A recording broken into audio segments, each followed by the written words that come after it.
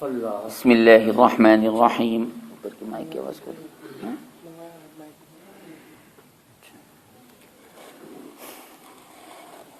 بسم اللہ الرحمن الرحیم.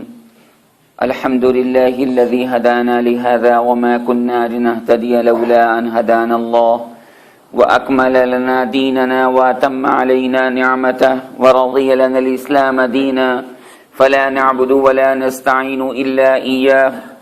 اللهم صل وسلم على عبدك ورسولك محمد وعلى آله وأصحابه الذين شادوا الدين وعلى من سلك مسلكهم إلى يوم القيامة. أما بعد فأعوذ بالله السميع العليم من الشيطان الرجيم. بسم اللہ الرحمن الرحیم. سامعین گرامی قدر، جیسا کہ آپ کو معلوم ہے کہ ہم اللہ تبارک و تعالیٰ کے بے پایاں فضل و احسان سے اور حضور اکرم صلی اللہ علیہ وسلم کے صدقے اور طفیل سورہ اخلاص کے اختتامی بیان کے مراحل سے گزر رہے ہیں. اللہ تبارک و تعالیٰ نے جیسا کہ پہلے بیان بھی کیا گیا تھا، اس سورت کے اندر 15 کلمات رکھے ہیں. آپ گن کر دیکھ لیجئے، اس سورت میں 15 کلمات ہیں اور ساتھ میں 47 حروف ہیں، یعنی 3 کم 50 اس میں حروف ہیں. اللہ تبارک و تعالی نے اس سورہ مبارکہ کے ہر جملے کے اندر ایک تو اپنی شان بیان کی ہے، اور اپنی شان بیان کرنے سے پہلے پروردگار عالم نے رسالت مآب محمد الرسول اللہ صلی اللہ علیہ وسلم کی شان بھی پہلے بیان فرمائی ہے. اس سورت کے ہر جملے کو دیکھنے کے بعد اور پڑھنے کے بعد یہ اندازہ لگانا بہت آسان ہے کہ اس میں اللہ تبارک و تعالی ہم کو اپنی جانب بلا رہا ہے، اپنی جانب محبت کی دعوت دے رہا ہے، اور رسالت مآب نبی آخر الزمان جناب محمد الرسول اللہ صلی اللہ علیہ وسلم کی تعریف اور توصیف کی جانب بلا رہا ہے. پھر اللہ تعالیٰ تو بلاتا ہی ہے سلامتی کے گھر کی جانب. واللہ یدعو الی دار السلام ویہدی من یشاء الی صراط مستقیم. واللہ یدعو الی الجنۃ والمغفرۃ بإذنہ وَيُبَيِّنُ آيَاتِهِ لِلنَّاسِ لَعَلَّهُمْ يَتَذَكَّرُونَ. لہذا آپ دیکھیں کہ اللہ تبارک و تعالی نے اس سورت کے ہر لفظ کے اندر اپنا بیان کیا ہے. قل کے اندر بھی حضور اکرم صلی اللہ علیہ وسلم کو خطاب ہے، لیکن آپ بتائیے کہ محمد صلی اللہ علیہ وسلم کو نبی اور رسول بنایا کس نے؟ اللہ نے. تو لہذا ہے شان رسالت کا بیان، لیکن در حقیقت اس میں چھپا ہوا ہے اللہ تبارک و تعالیٰ کی ذات گرامی کا بیان بھی، کہ میں یعنی اللہ اور محمد دونوں ساتھ ساتھ چلتے ہیں. دونوں کبھی ایسا نہیں ہو سکتا کہ محمد کو مجھ سے جدا کر دیا جائے یا مجھ کو محمد سے جدا کر دیا جائے، ایسا ممکن نہیں. ہوا سے اشارہ بھی اللہ کی جانب، اللہ تو ہے ہی اللہ. احد سے اشارہ بھی اللہ تبارک و تعالیٰ کی جانب، احد بھی اللہ تعالیٰ کے ناموں میں سے ایک نام ہے. اکیلا، یکتا، بے مثال، بے نظیر. اس سے اللہ تبارک و تعالیٰ فرمانا کیا چاہتا ہے؟ توجہ، کہ جس طرح میری ذات بالکل بے نظیر بے مثال ہے، میرے مصطفیٰ کی ذات بھی بے نظیر بے مثال ہے. کیونکہ یہاں دونوں چیزیں ساتھ ساتھ چل رہی ہیں. قل رسالت رسول کا بیان اور ساتھ میں اللہ تبارک و تعالیٰ کی یکتائی کا بیان. اور پھر ایک اور خوبی آپ دیکھیے، قرآن کے تو دقائق اور حقائق میں آپ اندر تک اترتے چلے جائیں، بڑی شاندار باتیں آپ کو مل جائیں گی، لیکن دماغ اور نظر ہونی چاہیے قرآن کریم کے اوپر. کیا کہ جس طرح میں اللہ ہونے میں، خدا ہونے میں یکتا ہوں، ایسے ہی نبی ہونے میں محمد مصطفیٰ یکتا ہیں۔ قسم بخدا اگر محمد کو نبی نہ بنایا جاتا تو آدم نبی نہ ہوتے، نوح نبی نہ ہوتے، موسیٰ عیسیٰ نبی نہ ہوتے، ابراہیم اسماعیل اسحاق نبی نہ ہوتے۔ یہ محمد رسول اللہ صلی اللہ علیہ وسلم کی شان ایسی ہے جیسے آسمان کے اوپر سورج ہوتا ہے، جیسے آسمان کے اوپر سورج ہوتا ہے۔ اور سارے نبیوں کی مثال، توجہ، سارے انبیاء کی مثال اور سارے پیغمبروں کی مثال ایسی ہے جیسے آسمان کے اندر تارے ہوتے ہیں۔ آپ دیکھیے جب سورج نکلتا ہے تو تارے چھپ جاتے ہیں، اور جب سورج چھپ جاتا ہے تو تارے نکل آتے ہیں۔ بالکل یہی حال محمد مصطفیٰ صلی اللہ علیہ وسلم کا ہے کہ جب آپ دنیا میں تشریف لے آئے تو اب آپ کا سکہ چلے گا، کسی اور نبی کا سکہ نہیں چلے گا۔ یہ دور قرآنی ہے، یہ دور مصطفی ہے، یہ دور محمدی ہے، یہ دور نبی آخر الزمان ہے، یہ یتیم عبداللہ کا دور ہے، یہ نبی آخر الزمان کا زمانہ ہے، اور یہ قیامت تک چلتا رہے گا۔ اللہ جیسے کھٹلا نہیں ہو سکتا، محمد مصطفیٰ کا سکہ بھی کہیں کھٹلا نہیں ہو سکتا۔ یہ ہمیشہ یاد رکھیے گا، رسالت اور الوہیت دونوں کا بیان ساتھ ساتھ ہے۔ لہذا ستارے تو بھائی رات میں نکلتے، محمد صلی اللہ علیہ وسلم سے پہلے سب نبی آتے چلے گئے، اپنے اپنے علاقوں میں آتے چلے گئے، اپنے اپنے گاؤں میں، دیہاتوں میں، بستیوں میں آتے چلے گئے۔ لیکن جب محمد الرسول اللہ کا سورج طلوع ہوا تو اب سارے نبیوں کی نبوت منسوخ ہو گئی۔ وہ نبی تو مانے جائیں گے لیکن ان کا قانون نہیں چلے گا، قانون چلے گا محمد الرسول اللہ صلی اللہ علیہ وسلم کا۔ یہ قانون جو قرآن پاک میں ہے، اور یہ قانون جو احادیث کریمہ میں ہے، اور یہ قانون جس کو امام ابو حنیفہ نے سمجھا، یہ قانون جس کو امام شافعی نے سمجھا، اور یہ قانون جس کو امام مالک نے سمجھا، اور یہ قانون جس کو امام احمد بن حنبل نے سمجھا، یہ قانون امام بخاری نے سمجھا، یہ قانون امام مسلم ابن حجاج قشیری نے سمجھا، اور یہ قانون امام ابو داود نے سمجھا، اور یہ قانون امام نسائی نے سمجھا، امام ابو عیسیٰ ترمذی نے سمجھا، سارے مجتہدین نے سمجھا، سارے علماء، فقہاء، ادباء، اتقیاء سب نے سمجھا، اور یہی کہا سب سے آخر میں کہ اگر عافیت، امن، چین، سکون ہے تو اس قانون کو ماننے میں ہے، اس قانون کو ماننے میں ہے۔ ابھی آپ دیکھیے جنوبی افریقہ، وہاں کے سائنسدانوں نے کتنا عجیب و غریب انکشاف کیا ہے، ابھی 1 مہینے پہلے کی بات ہے۔ اب باتیں ہوتی، بہت سی باتیں رہ جاتی، 1 گھنٹے کا بیان ہوتا ہے۔ آپ تو حضرت کرتے رہیے۔ اللہ تعالیٰ اس محبت کو قبول فرمائے۔ دیکھیے، یہ دیکھیے کہ انہوں نے باقاعدہ بہت باریک بینی سے اس بات کو محقق کیا ہے کہ مسواک جو ایک لکڑی ہے اس کے اندر منہ کی 6 بیماریوں کا علاج ہے۔ منہ کی، جس میں منہ کا کینسر نہیں، دانتوں میں طاقت اور قوت باقی رہے گی، میل کچیل صاف رہے گا، اور ساتھ میں جو جراثیم پیدا ہو جاتے منہ کے اندر، اللہ تبارک و تعالی اس مسواک رسول صلی اللہ علیہ وسلم کی برکت سے وہ بھی دور کر دیتا ہے۔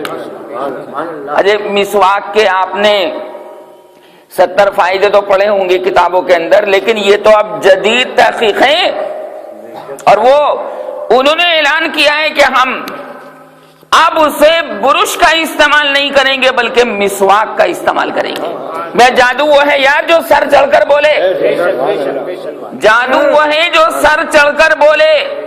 یہ محمد مصطفیٰ صلی اللہ علیہ وسلم کے پاک طریقے کا جادو ہے۔ اللہ نے اپنی ذات بے نظیر رکھی، محمد مصطفیٰ سرکار مدینہ کی ذات بے نظیر رکھی. زور سے بولو صلی اللہ علیہ وسلم. لہذا یہ جملہ بھی بتلاتا ہے قل هو اللہ احد.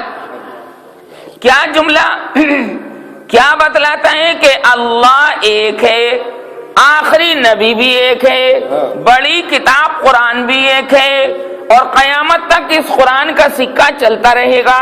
جب محمد الرسول اللہ کا سورج نکل آئے گا، سارے نبیوں کے ستارے چھپ جائیں گے، اب کسی نبی کا قانون چلنے والا نہیں، ایک یکتا قرآن پاک کا قانون چلے گا اور ایک یکتا محمد الرسول اللہ صلی اللہ علیہ وسلم کا قانون چلے گا. ایک بات بڑی عجیب یاد آئی مجھ کو، اور اس کو لکھا ہے علامہ جلال الدین رومی علیہ الرحمہ نے مثنوی شریف کے اندر. بہت عجیب و غریب بات ہے. آپ سنیے اور ایمان کو تازہ کیجئے، سنیے اور اپنا سر دھنیے. کیسے کہ ایک مرتبہ نبی کریم صلی اللہ علیہ وسلم باہر تھے.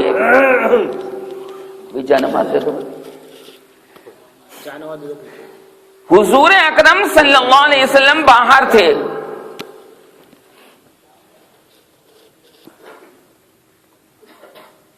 کافی دیر کے بعد تشریف لائے. تبلیغی مصروفیات، تعلیمی مصروفیات، قرآن سیکھنے سکھانے کی مصروفیات، فوجوں کو بھیجنے کی مصروفیات، تعلیم اور تعلم، تدریس اور تدرس کی مصروفیات، بہت مصروفیات رہتی تھی. میں تو کہتا ہوں کہ اللہ تعالیٰ کے پیغمبر کا کوئی سیکنڈ بھی خدمت دین سے خالی نہیں تھا. اگر سو بھی رہے ہیں تو بھی خدمت دین ہو رہی ہے. کیسے کہ امت کو کیسے پتہ لگے گا کہ سونے کا سنت طریقہ کیا ہے؟ سو کر بھی دکھا دیا سرکار نے. محمد الرسول اللہ صلی اللہ علیہ وسلم نے سو کر بھی دکھا دیا، اور پی کر بھی دکھا دیا، اور کھا کر بھی دکھا دیا، اٹھ کر بھی دکھا دیا، بیٹھ کر بھی دکھا دیا. اب تو ساری چیزیں آیا آشکارا تش تزبام ظاہر ہیں. اب تو پریکٹیکل لائف میں ان کو اجاگر کرنے کی ضرورت ہے. تو حضور اکرم صلی اللہ علیہ وسلم باہر تشریف رکھتے تھے، واپس تشریف لائے تو عائشہ صدیقہ رضی اللہ تعالی عنہا آپ کی منتظر تھی.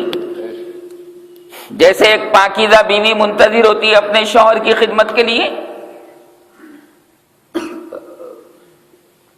عائشہ صدیقہ طیبہ طاہرہ عابدہ زکیہ. حضور اکرم صلی اللہ علیہ وسلم جب اندر تشریف لائے کمرے کے اندر، حجرہ شریفہ کے اندر، تو حضرت عائشہ صدیقہ رضی اللہ تعالی عنہا بہت غور سے ان کو دیکھنے لگی، بہت غور سے. آج تک ایسا دیکھا ہی نہیں تھا. اب رسول اللہ صلی اللہ علیہ وسلم کو بھی تعجب ہونے لگا کہ عائشہ کیا ہوا، آج کیا میرے اندر سرخاب کے پر لگ گئے، کیا سرخاب کے پر لگ گئے. عائشہ صدیقہ رضی اللہ تعالی عنہ خاموش رہی، کوئی جواب نہیں دیا. اور اس کے بعد حضرت عائشہ صدیقہ رضی اللہ تعالی عنہ نے حضور پر نور صلی اللہ علیہ وسلم کو چھو چھو کر دیکھا. کیسا؟ چھو چھو کر، کبھی یہاں پر، کبھی یہاں پر، کبھی کندھے پر، کبھی کہیں، کبھی کہیں. تو آپ کو اور تعجب ہوا، یہ کیا بھائی، خلاف توقع، خلاف امید. آپ نے فرمایا کیا کر رہی ہو عائشہ؟ عائشہ صدیقہ رضی اللہ تعالی عنہ نے بہت غور سے سننے کی بات. عائشہ صدیقہ رضی اللہ تعالی عنہ نے فرمایا کہ یا رسول اللہ، چاروں طرف مدینہ منورہ میں، مسجد نبوی کے باہر، مسجد نبوی کے صحن میں، مدینہ منورہ کے ہر علاقے میں بارش ہو رہی ہے. میں آپ کو دیکھ رہی ہوں چھو چھو کر کہ آپ کا بدن بھیگا ہوا نہیں ہے، آپ کا بدن بھیگا ہوا نہیں ہے۔ مثنوی شریف کے اندر جلال الدین رومی نے اس واقعے کو لکھا ہے۔ تو آپ نے فرمایا اس سے بھی زیادہ اہم بات، میرے سرکار نے، آپ کے سرکار نے ساری کائنات کے نبی دلارے پیغمبر حضور اکرم صلی اللہ علیہ وسلم نے فرمایا، عائشہ کہاں بارش ہو رہی ہے؟ ارے کہاں بارش ہو رہی ہے؟ عائشہ نے فرمایا کہ دیکھیں کتنی موٹی موٹی بوندیں گر رہی، کتنی موٹی موٹی بوندیں گر رہی ہیں۔ تو حضور اکرم صلی اللہ علیہ وسلم سمجھدار تھے، بہت عقل مند، فہیم، عریب، ادیب، لبیب، بہت عقل مند، صاحب فہم و فراست، صاحب عقل و دانش، صاحب قیاست، صاحب ایاست، صاحب ذکاوت۔ تو حضور اکرم صلی اللہ علیہ وسلم معاملے کی گہرائی تک اتر گئے اور پوچھا، عائشہ میرے پیچھے میرا کوئی کپڑا تو تم نے استعمال نہیں کیا تھا؟ میرے پیچھے میرا کوئی کپڑا تو اپنے جسم پر نہیں ڈالا تھا جو میرا پہنا ہوا تھا؟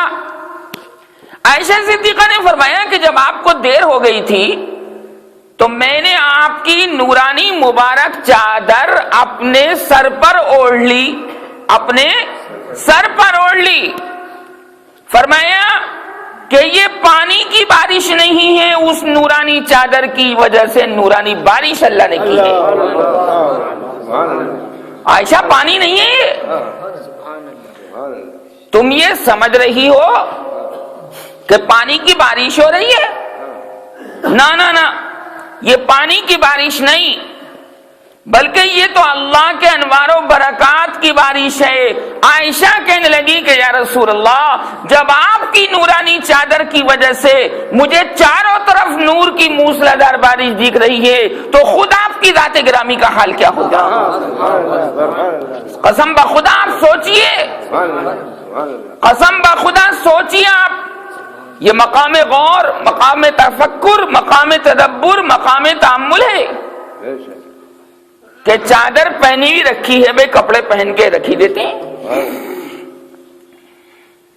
لحاف، چادر، گدا، اب یہ روز روز تھوڑے ہی دھلتے ہیں، یہ تو بھئی کبھی کبھار دھلتے ہیں، کمبل کبھی کبھار دھلتا ہے۔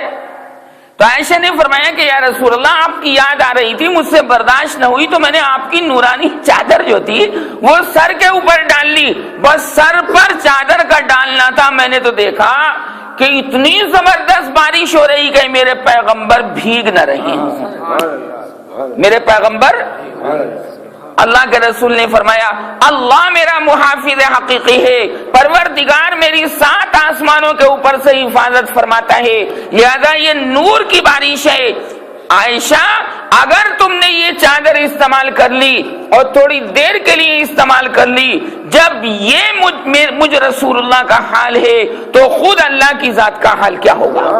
وہ تو سراپا نور ہے، وہ تو اللہ نور السماوات والارض مثل نوره كمشكاة فيها مصباح المصباح في زجاجة الزجاجة كأنها كوكب دري يوقد من شجرة مباركة زيتونة لا شرقية ولا غربية۔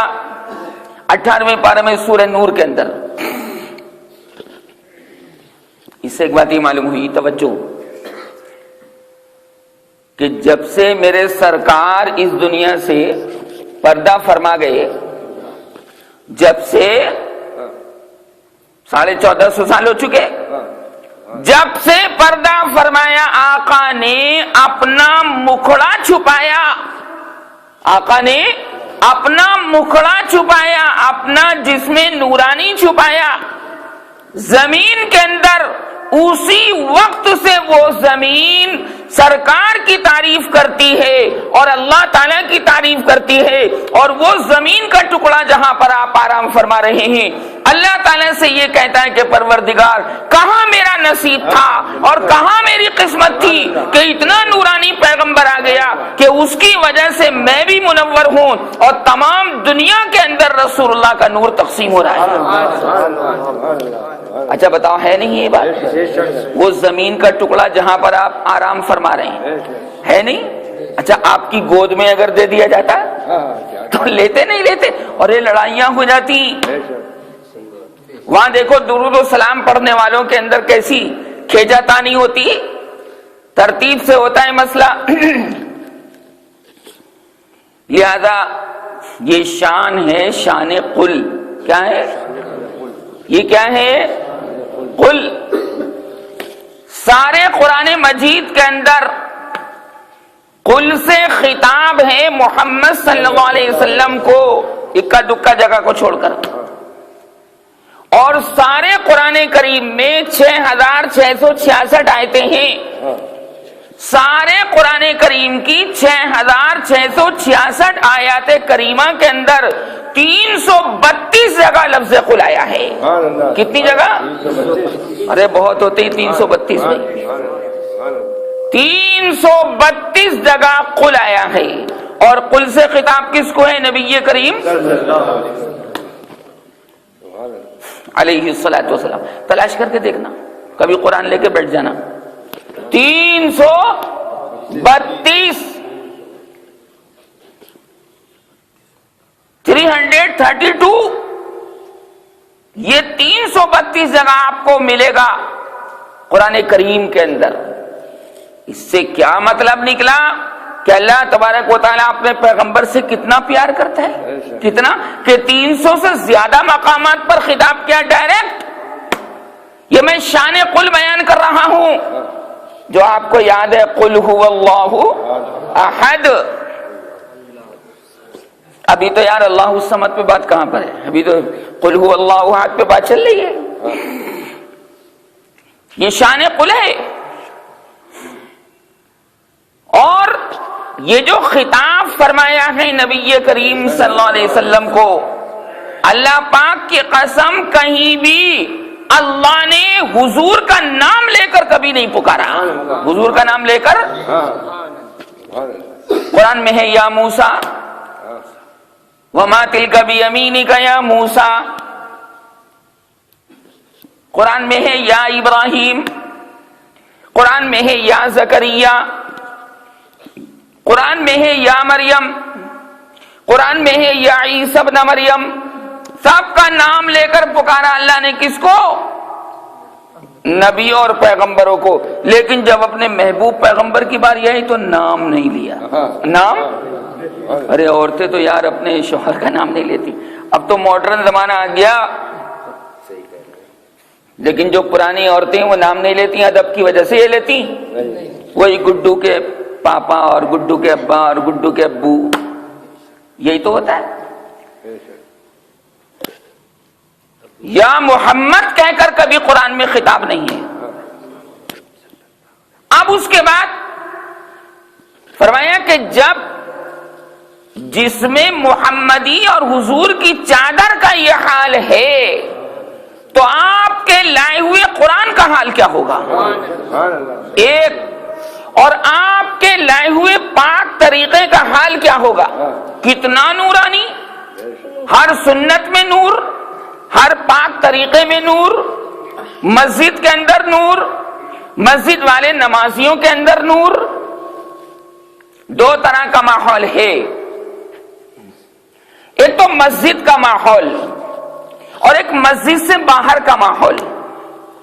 مسجد کا ماحول اگر باہر کے ماحول سے میل کھاتا ہے تو انسان کو، مسلمان کو بہت جلدی ترقی ہوتی ہے، اور اگر مسجد کا باہر کا ماحول مسجد کے ماحول سے میل کھاتا ہے بہت ترقی ہوتی ہے۔ کیا مطلب؟ باہر کا ماحول دکانداری، تجارت، لین دین، سلام، مصافحہ، میل جول، معاملات، کردار، رفتار، گفتار، اخلاقیات، عادات، کرائم، یہ سب احتقار کی چیزیں، نہ تجارت میں جھوٹ بول رہا ہے، نہ تجارت میں دھوکہ دے رہا ہے، صاحب میں بڑھیا۔ اب جو یہ ماحول لے کر آئے گا باہر سے بڑھیا والا، سنت کے پاک طریقے کے مطابق، تو اب جو مسجد میں آ کر نماز پڑھے گا جاندار ہوگی بے جان ہوگی؟ ارے بڑی جاندار ہوگی۔ تو مسجد کا ماحول اور مسجد سے باہر کا ماحول دونوں میں ہم آہنگی ضروری ہے۔ جیسے صحابہ کرام کا حال تھا کہ کبھی وہ تجارت میں جھوٹ نہیں بولتے تھے، کبھی ویسے بھی کلام میں جھوٹ نہیں بولتے تھے، حرام چیز کا ارتکاب نہیں کرتے تھے، تو ان کی نمازیں جاندار تھی غیر جاندار؟ ایک مرتبہ رات کا وقت تھا اور نبی کریم صلی اللہ علیہ وسلم نے ایک جنگ کے موقع پر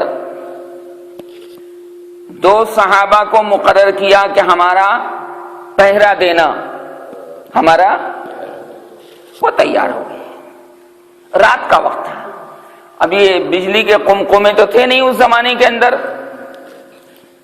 لیکن ہاں اتنی بات تھی کہ صحابہ کے دل اللہ کے نور سے روشن تھے، صحابہ کے دل اللہ کے نور سے روشن تھے اور نورانی مجلس مصطفی کے اندر رہتے تھے۔ تو نبی کریم صلی اللہ علیہ وسلم نے مقرر فرما دیا، تو دونوں بولے کہ دیکھو جی، اگر دونوں ایک ساتھ جاگیں گے تو مناسب نہیں ہے، ایسا کرو رات کو دو حصوں میں تقسیم کرتے ہیں، آدھی رات میں پہرا دوں گا اور تم سو جانا، اور آدھی رات پھر تم پہرا دینا میں سو جاؤں گا۔ بات طے ہو گئی؟ اب وہ دوسرا جو تھا وہ سو گیا۔ حضرت اسید ابن حضیر کا یہ واقعہ رضی اللہ تعالیٰ عنہ۔ چنانچہ توجہ، یہ پہرا دے رہے ہیں، سوچنے لگے کہ خالی بیٹھ کے کیا کروں گا، خالی بیٹھ کے کیا خامخواہ وقت خراب کروں گا خالی بیٹھ کر۔ انہوں نے نماز کی نیت باندھ لی اور جی سورہ کہف پڑھنا شروع کر دی۔ 15ویں پارے میں ہے سورہ کہف، 16ویں پارے کے شروع میں جا کر ختم ہو جاتی ہے۔ اب جب دشمنوں نے دیکھا کہ یہ دو پہرے دار ہیں، سرکار نے ان کو طے کیا ہے، ایک سو رہا ہے اور ایک نماز میں مشغول ہے، موقع اچھا ہے، حملہ کرنے کا موقع اچھا ہے، گولڈن چانس ہے۔ اس نے اس نماز پڑھنے والے صحابی کے اوپر حملہ کیا تیروں سے، توجہ، تیروں سے حملہ کیا، اور جناب یہ صحابی سورہ کہف نماز کے اندر پڑھتا رہا اور ذرا بھی جنبش نہیں کی، ذرا بھی نہیں ہلا، اور یہ بھی اس نے احساس نہیں ہونے دیا کہ کوئی میرے اوپر حملہ کر رہا ہے۔ اللہ کی یاد میں ایسے مشغول تھے۔ یہ ہے جاندار نمازیں۔ کیسی؟ یہ جاندار نمازیں۔ ہم تو بھیا، ہمارا تو عام مسلمانوں کا مسئلہ یہ کہ حساب کتاب سارا نماز میں لگاتے ہیں، سارا حساب کتاب کہاں لگتا ہے؟ نماز کے اندر۔ وہ تو مرغے کی ٹھونگے ہیں جو چل رہی ہیں، جاندار نمازیں نہیں ہیں۔ لیکن اس کا مطلب یہ نہیں کہ ان کو چھوڑ دو، پڑھے جاؤ، پریکٹس ہو جائے گی، پریکٹس ہوتے ہوتے ایک دن یہ جاندار بن جائیں گی انشاءاللہ۔ اس کو احساس ہی نہیں ہوا۔ قرآن کریم پڑھتے رہے، قرآن کا نور، نماز کا نور، دھیان سب کچھ کہاں تھا؟ پروردگار عالم کی جانب۔ اب تو امت مسلمہ کا مسئلہ ہی کچھ اور ہے، اللہم احفظنا۔ جب تک اللہ تبارک و تعالیٰ کی نافرمانی سے ہم اور آپ نہیں بچیں گے، کبھی سکسیسفل لائف نہیں گزار سکتے، کامیاب زندگی نہیں۔ وہی آفتیں، وہی مصیبتیں، دائیں بائیں آگے پیچھے مصائب کے تیر آتے رہیں گے، کیونکہ امن تو اللہ نے ذات مصطفیٰ میں رکھا ہے، امن تو اللہ نے سنت مصطفیٰ کے اندر رکھا ہے۔ امن چین سکون آشتی تو اللہ تبارک و تعالی نے رسول اللہ صلی اللہ علیہ وسلم کے پاک طریقے میں رکھا ہے۔ اب تو معاملہ ہی بے چینی کا ہے، وہ چھوڑ دیا تو بے چینی نے بھی ساتھ چھوڑ دیا۔ کیا مطلب؟ چین نے ساتھ چھوڑ دیا، اب بے چینی آ گئی۔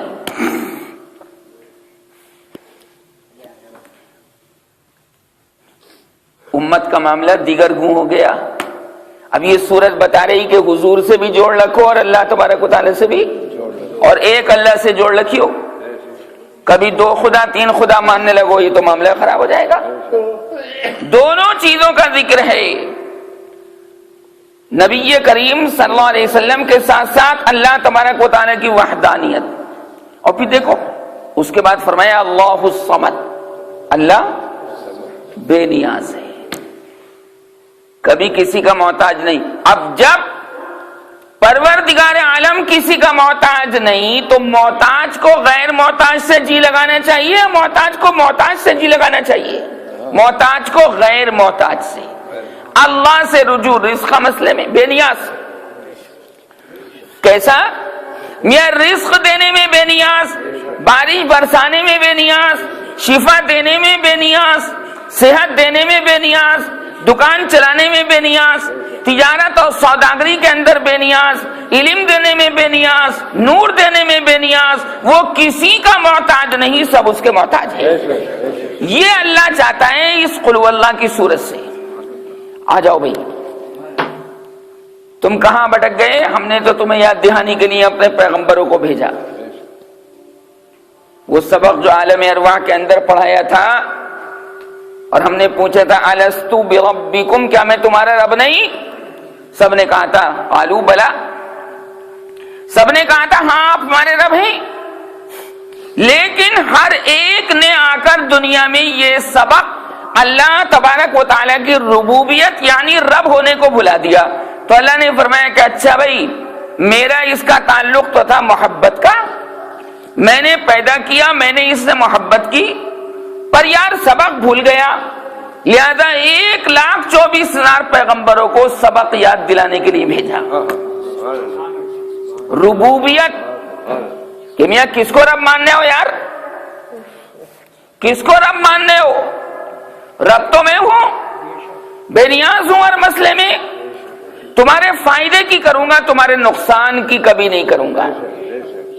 لہذا اگر تم مجھ ایک خدا سے بچھڑ گئے تو معاملہ بہت خراب ہو جائے گا، جیسے آج ہو رہا ہے۔ مسکراہٹ تک نہیں آئے گی تمہارے ہونٹوں کے اوپر، مسکراؤ گے بھی تو زبردستی مسکراؤ گے، اس لیے کہ ٹینشن بھری پڑی ہے، اس لیے کہ ڈپریشن بھری پڑی ہے۔ اللہ کے فیصلے پر راضی رہنا ڈپریشن سے بچاتا ہے۔ ابے بیوی مر گئی، ٹھیک ہے، انتقال ہو گیا، اب اس فیصلے پر راضی رہو، جس خدا نے آج تک آپ کو کھانا کھلایا وہ بیوی کے انتقال کے بعد بھی آپ کو کھانا کھلائے گا، کوئی بھوکا تو نہیں۔ اللہ کے فیصلے، آج 200 روپے کی بکری ہوئی، پروردگار کا شکر ہے، ٹھیک ہے بھائی، آج 500 روپے کی بکری ہوئی، اللہ کا شکر ہے، اور اگر ایک پیسہ بھی نہیں آیا اللہ کا شکر ہے، اس کی یہی مرضی تھی۔ بے برکت کا پیسہ لینے کا ہمیں کیا فائدہ؟ کچھ بھی نہیں، ہمیں تو برکت کا چاہیے بھیا، چاہے 5 پیسے ہوں۔ لہذا اگر تم بچھڑو گے، یہ سبق، یہ صورت ہم کو سکھاتی ہے اللہ سے دوستی کرو، اللہ سے۔ جب ساجے کی ہنڈیاں تو چوراہے پر پھوٹتی بھیا، یہ ہمیشہ یاد رکھو، اللہ ساجے کو پسند نہیں کرتا۔ شرک کسے کہتے ہیں؟ ساجے کو ہی تو کہتے ہیں۔ لہذا مخلوق کی دوستی، مخلوق اپنے سارے وعدوں کو بھلا دیتی ہے، مخلوق بے وفائی کرتی ہے، اللہ اپنی محبت کو نبھاتے ہیں۔ کیا کہا میں نے؟ اللہ اپنی محبت کو نبھاتے ہیں، کبھی بندے کا ساتھ نہیں چھوڑتے۔ کر کے دیکھو دوستی، اس گلاب جامن کو کھا کے دیکھو، یہ مشائخ نے یہ مٹھائی کھا رکھی تھی جس کی وجہ سے مخلوق کو انہوں نے منہ نہیں لگایا۔ حقیقت دنیا، حقیقت فنائے دنیا ان کے ذہن و دماغ میں رچ بس گئی تھی، لہذا انہوں نے میاں ٹھوکروں سے اڑا دیا کہ ہمیں نہیں چاہیے بھائی، ہمیں نہیں چاہیے. 10 کروڑ روپیہ بھی ہم رسول اللہ پر قربان کرتے ہیں صلی اللہ علیہ وسلم. پھر اللہ تعالیٰ پوچھنے کا نہیں, پھر کوئی مخلوق پوچھنے والی نہیں. نہ ہم رہے دل لگانے کے قابل, کیا کہا میں نے, نہ ہم رہے دل لگانے کے قابل, نہ دل رہا غم اٹھانے کے قابل. نہ ہم رہے دل لگانے کے قابل, نہ دل رہا غم اٹھانے کے قابل. تیری یادوں نے دیے زخم اتنے کہ ہم رہے نہ مسکرانے کے قابل. یہ ہے دنیاوی محبت. اللہ سے دوستی کرنے والا قسم بخدا مسکراتا رہتا ہے, اس کو کوئی ڈپریشن نہیں, کیونکہ اس کا محبوب کبھی ختم ہونے کا نہیں. یہ ہو جائے گا بھائی. حضرت مولانا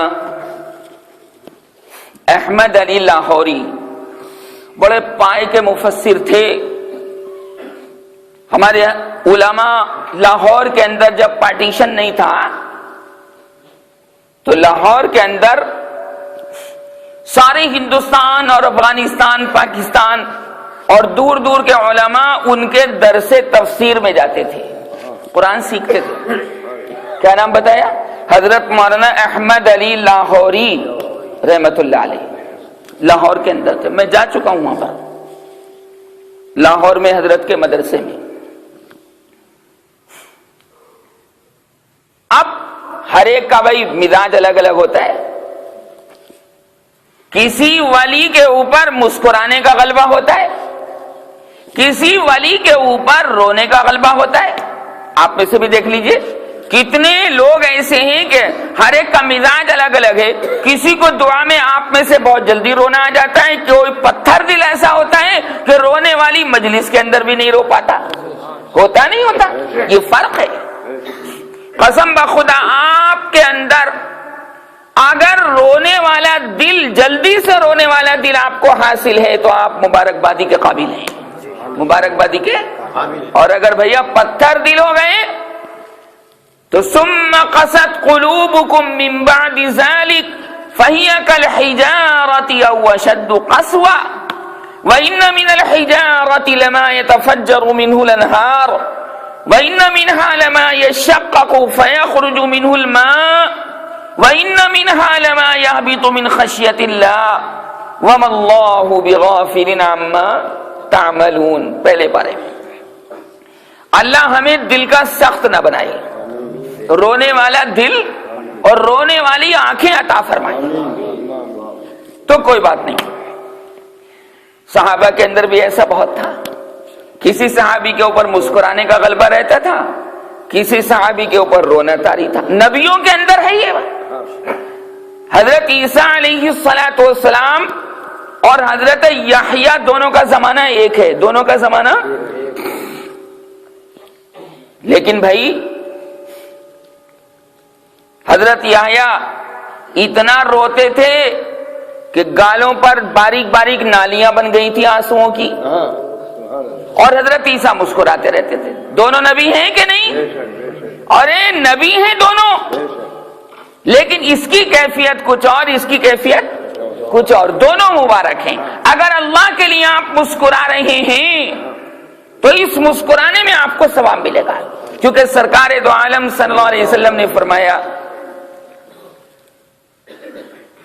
تبسمک علی وجہ اخیک صدقۃ, تیرا اپنے بھائی سے ملاقات مسکرا کے کرنا صدقے کا ثواب رکھتا ہے. مسکراؤ یار, مسکراؤ گے, ڈھیٹ مت بننا, ڈھیٹ مت بننا. نبی کریم صلی اللہ علیہ وسلم, ایک صحابی حضرت جریر ابن عبداللہ بجلی,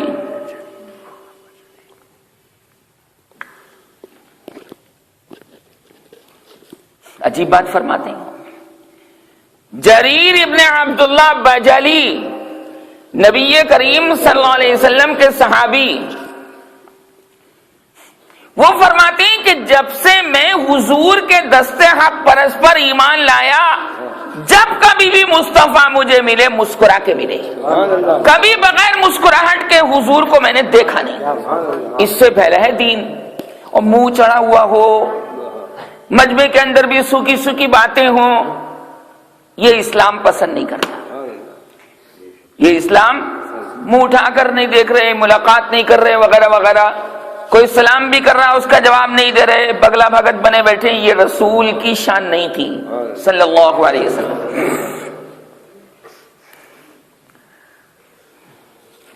چنانچہ سرکار جو مسکراتے تھے تو صحابہ کو تو مزہ آتا ہی تھا، لیکن آپ کے مسکرانے میں خصوصیت تھی کہ مسکراہٹ کے اندر دانت کھلتے تھے اور ہر دانت کی جھلی سے نور کی کرنیں نکلتی تھی۔ تو یہ نور کی کرنیں اس کافر کے سینے پر پڑتی تھی اور وہ گرویدہ ہو جاتا تھا مصطفیٰ کی محبت کا، شمع رسالت کا پروانہ بن جاتا تھا، اور پھر ساری باتیں بھلا دیا کرتا تھا کہ میں نے نبی کو ایسے گالی دی، ایسے گالی دی، ایسے گالی دی، ایسے برا کہا، ایسے غیبت کی، ایسے چغلی کی وغیرہ وغیرہ۔ مصطفیٰ کے چہرے کو دیکھنے کے بعد ہی کھچاؤ پیدا ہوتا تھا، جیسے وہ چپک لوہا ہوتا ہے نا، دیکھا آپ نے، اس کو عربی کے اندر کہتے ہیں مقناطیس۔ کیا بولتے ہیں؟ چپک لوہا، جو پہلے دکانداروں میں چونی اٹھنی اس کو چپکا کر چیک کرتے تھے کہ نہیں؟ ارے پرانے آدمی تو بولیں گے چیک کرتے تھے کہ نہیں؟ تو اب اس میں چونی لگائی، چپک گئی تو ٹھیک ہے، صحیح ہے، اور اگر نہیں چپکی تو یا دوسری چونی لے کر آؤ۔ یہ میرے بچپن کے حالات ہیں، اب تو چونی اٹھنی شاید ختم ہو گئی۔ لہذا یہ کیفیت نبیوں کے اندر بھی رہی، مسکرا کر تبلیغ کرنا، مسکرا کر بات کرنا، مسکرا کر تعلیم دینا، مسکرا کر دین کی کوئی بات سمجھانا، یہ بہت بڑی صفت ہے نبی کریم صلی اللہ علیہ وسلم کی۔ تو کھینچ لیا اپنی طرف کو، یار مچھلی شکار ہو کر نہیں آ رہی، لیکن بھیا کھینچ لیا، جال کے اندر پھنسی گئی، جال کے اندر پھنس گئی۔ اور یہ صحابہ سب کون کہلاتے ہیں؟ شکار محبت رسول۔ کیا بولیں گے اس کو؟ شکار محبت رسول، شکار عشق رسول۔ سارے صوفیہ، محققین، علماء، فصحاء، ادبا، بلاغا، خدام دین، مبلغین دین، سب عشق رسول کی ڈور سے بندھے ہوئے ہیں۔ کیوں بھائی آپ بھی ڈور سے بندھے ہوئے ہو کہ نہیں؟ اچھا بتاؤ، اگر میں آپ سے پوچھوں بندھے ہوئے کہ نہیں؟ اب یہ بات چھوڑو کہ وہ ڈور مضبوط ہے یا کمزور ہے، لیکن ہیں تو بندھے ہوئے، کوئی انکار کر سکتا ہے؟ عشق رسول کی ڈور ہے، جبھی تو اگر آپ کے سامنے کوئی حضور کو برا کہے گا تھپڑ مار دیں گے آپ فوراً۔ معلوم یہ ہوا یہ محبت آپ کے دل میں رچی ہوئی ہے۔ یہ جو تھپڑ مارا ہے یہ کس وجہ سے مارا؟ کہ مجھے گالی دے دے پر میرے رسول کو برا مت کہنا۔ زور سے بولو صلی اللہ علیہ وسلم۔ تو خیر جی، حضرت علامہ ابن سیرین رحمت اللہ علیہ یہ مسکراتے رہتے تھے، ہر وقت کیا کرتے تھے؟ مسکراتے رہتے تھے، اپنی اپنی طبیعت ہے۔ اب مسکرانا یا رونا اگر اللہ کی رضا کے واسطے ہو تو ثواب ہے، نہیں تو ریاکاری ہے۔ بے اختیار جب رونا آتا ہے، میں کہتا ہوں جب دل روتا ہے تو آنکھیں بھی رونے لگتی ہیں، دل نہیں روئے تو وہ رونا ریاکاری کا ہے۔ یہ رونا چاہیے یہاں، اللہ کی دوستی یہاں بیٹھنی چاہیے۔ فرمایا کہ جب یہ رونے لگتا ہے تو میں اس کو سنگل جنت نہیں دیتا، ڈبل جنت دوں گا۔ کتنی؟ وَلِمَنْ خَافَ مَقَامَ رَبِّهِ جَنَّتَانِ فَبِأَيِّ آلَاءِ رَبِّكُمَا تُكَذِّبَانِ۔ سنگل جنت، ڈبل کتنی بھائی؟ ڈبل جنت۔ اور پھر ان ڈبل جنتوں کے اندر بھی جنتیں اور کمرے اور قصور اور محلات اور بڑھیا بڑھیا چیزیں۔ اینا کون؟ آئینہ ایک حور کا نام ہے، قسم بخدا بہت بیوٹی ہے اس کے اندر، بہت بیوٹی ہے اس کے اندر، بہت بیوٹیفل ہے۔ اگر یہ آئینہ آپ کو مہلوان صاحب مل جائے تو چھوڑیں گے نہیں آپ، یہ چھوڑیں گے نہیں۔ یہ جنت کی حور آئینہ، جس کی جمع ہے عینن، جمع کیا ہے؟ وحور عین کامثال اللؤلؤ المکنون جزاء بما كانوا يعملون. سورہ واقعہ پہلا رکوع 27واں پارہ. وہ تو آپ اگر ایک جھلک کیا پورا مکمل نہیں، معمولی سامیہ جی اگر دوپٹے کا پلو یہاں پر چالو کر دے تو سب بے ہوش ہو جائیں گے امرو حوالے. سمجھے؟ بڑے بوڑھے بھی.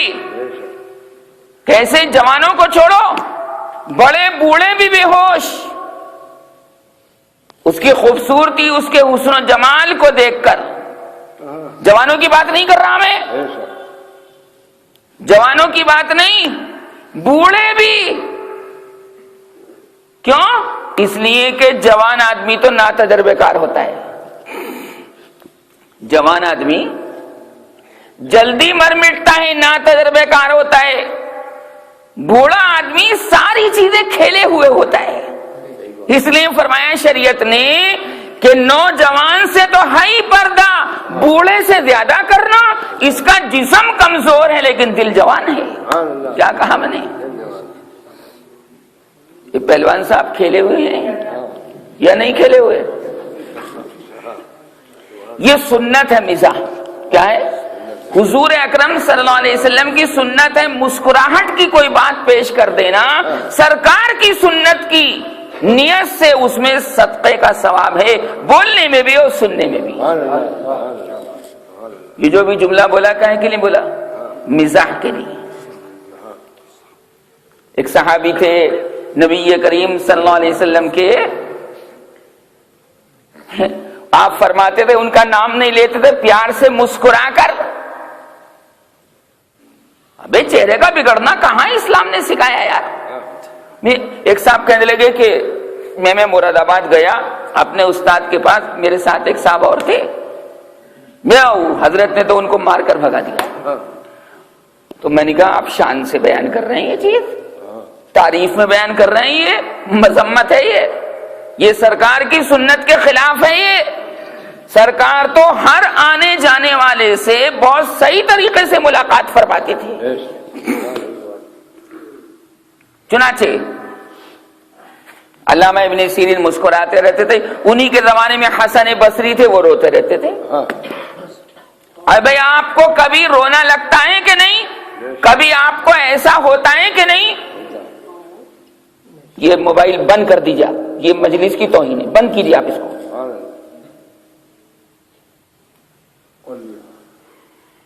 چنانچہ میں کیا عرض کرتا، حسن بصری روتے رہتے تھے. کبھی آپ میں سے کسی کے اوپر یہ کیفیت طاری ہوئی ہوگی کہ بہت نماز میں جی لگ رہا ہے، بہت روزہ رکھنے کو طبیعت چاہ رہی، ہزار بار ذکر اللہ کرنے کو طبیعت چاہ رہی. ہوتا نہیں ہوتا ایسا؟ رونے کو طبیعت چاہ رہی، لمبی لمبی دعائیں کرنے کو طبیعت چاہ رہی. اور کبھی ایسا ہوتا ہے کہ طبیعت اچاٹ ہوتی ہے، طبیعت کہ فرض نماز پڑھنی مشکل ہے، تہجد تو کیا پڑھے گا، ہوتا بھی نہیں ہوتا. تو یہ رنگے چلتے رہے. تلک الایام نداولها بین الناس. چمن میں یار ایک ہی طرح کا اگر پھول ہو تو خوبصورتی تھوڑی ہوتی.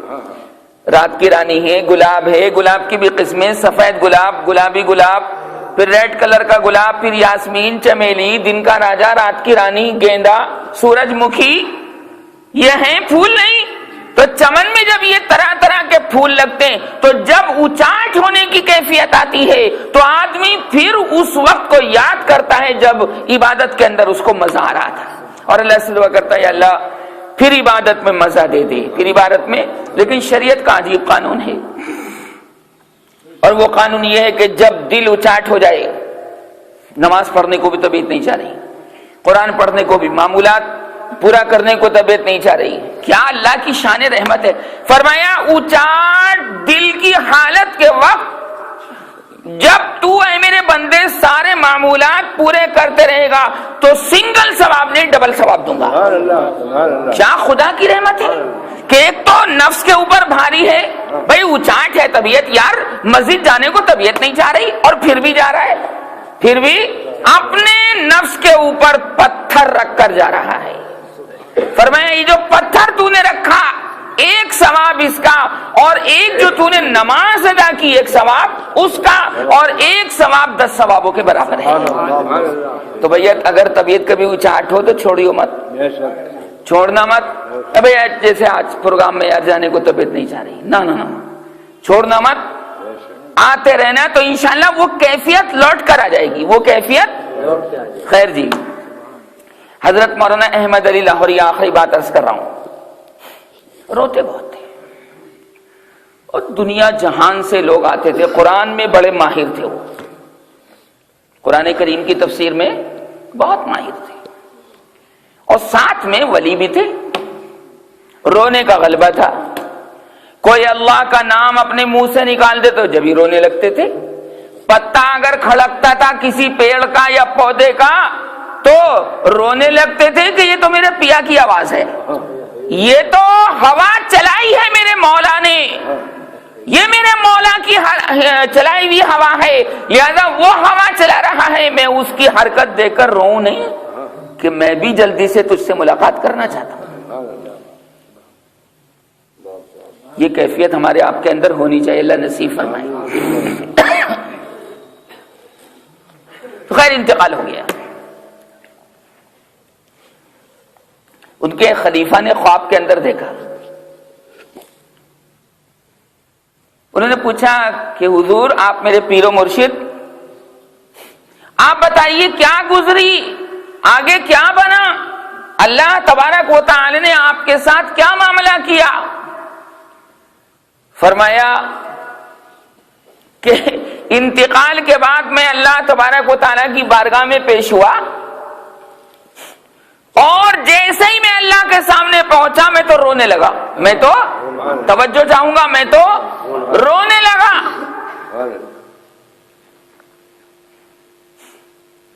اللہ تبارک و تعالیٰ نے پوچھا کیوں روتا ہے؟ کیا پوچھا؟ کیوں روتا ہے؟ میں پوچھتا ہوں کیوں روتا ہے؟ تو حضرت نے جواب دیا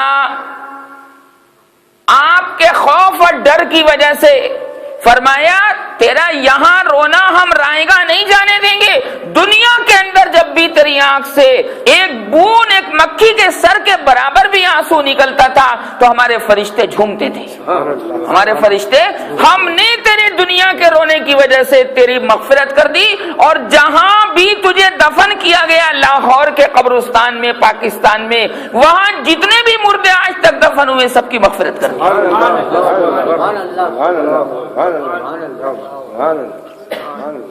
سب کی مغفرت ہو گئی۔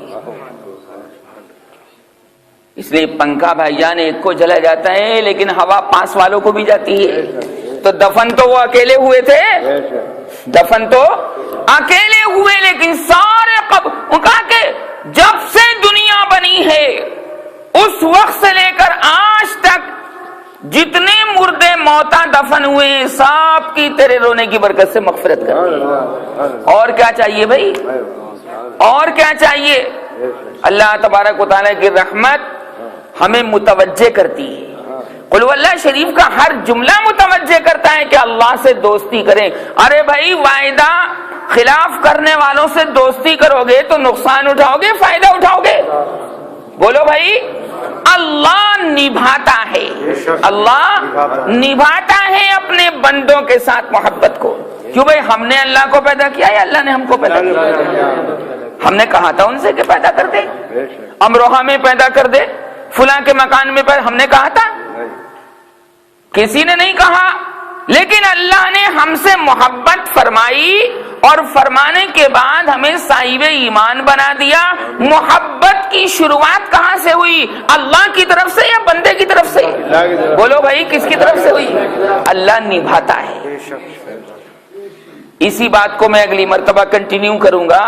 اللہ تعالیٰ مجھے بھی عمل کی توفیق عطا فرمائے اور آپ حضرات کو بھی۔ وآخر دعوانا الحمدللہ رب العالمین۔